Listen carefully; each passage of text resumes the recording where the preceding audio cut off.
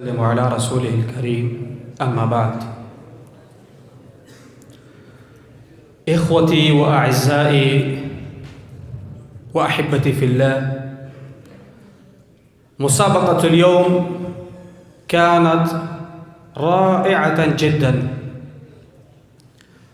وكانت في غاية الروع والجمال، وبذل كل من المتشاركين قصارى جهوده، فكل من المتشاركين فائز في اختبارنا. في مسابقة اليوم فاز كل واحد منهم فائز وناجح، لكنكم تعرفون أن فرق المراتب يعتبر في كل شيء، حتى في أهل الجنة. أهل الجنة كلهم فائزون، لكن هناك فرق المراتب، بعضهم فوق بعض باعتبار الدرجة، وكذلك أهل التقى كلهم أولياء الله، لكن في التقوى أيضا فرق المراتب.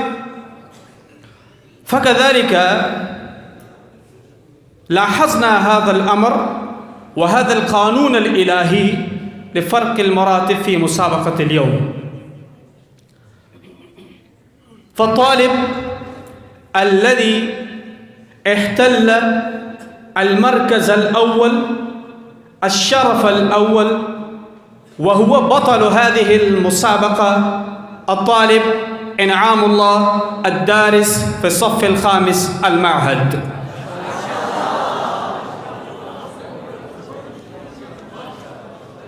ما شاء الله، هنيئا لك.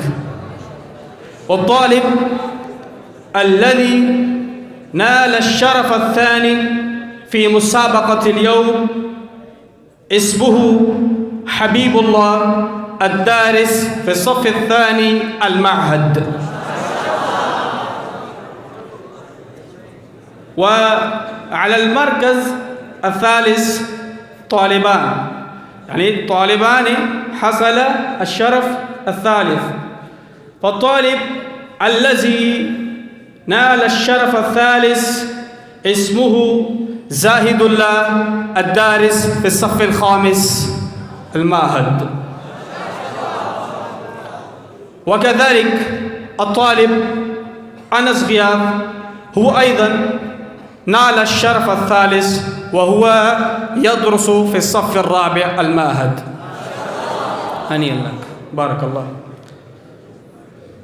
أيها الإخوة، هذا ما رأيت من الطلاب في مسابقة اليوم. قاموا بالخطب وبنشاطات أخرى، وتكلموا أمامكم بلغة النبي صلى الله عليه وسلم، وهذا ما ترون في دوركم من الأصوات العربية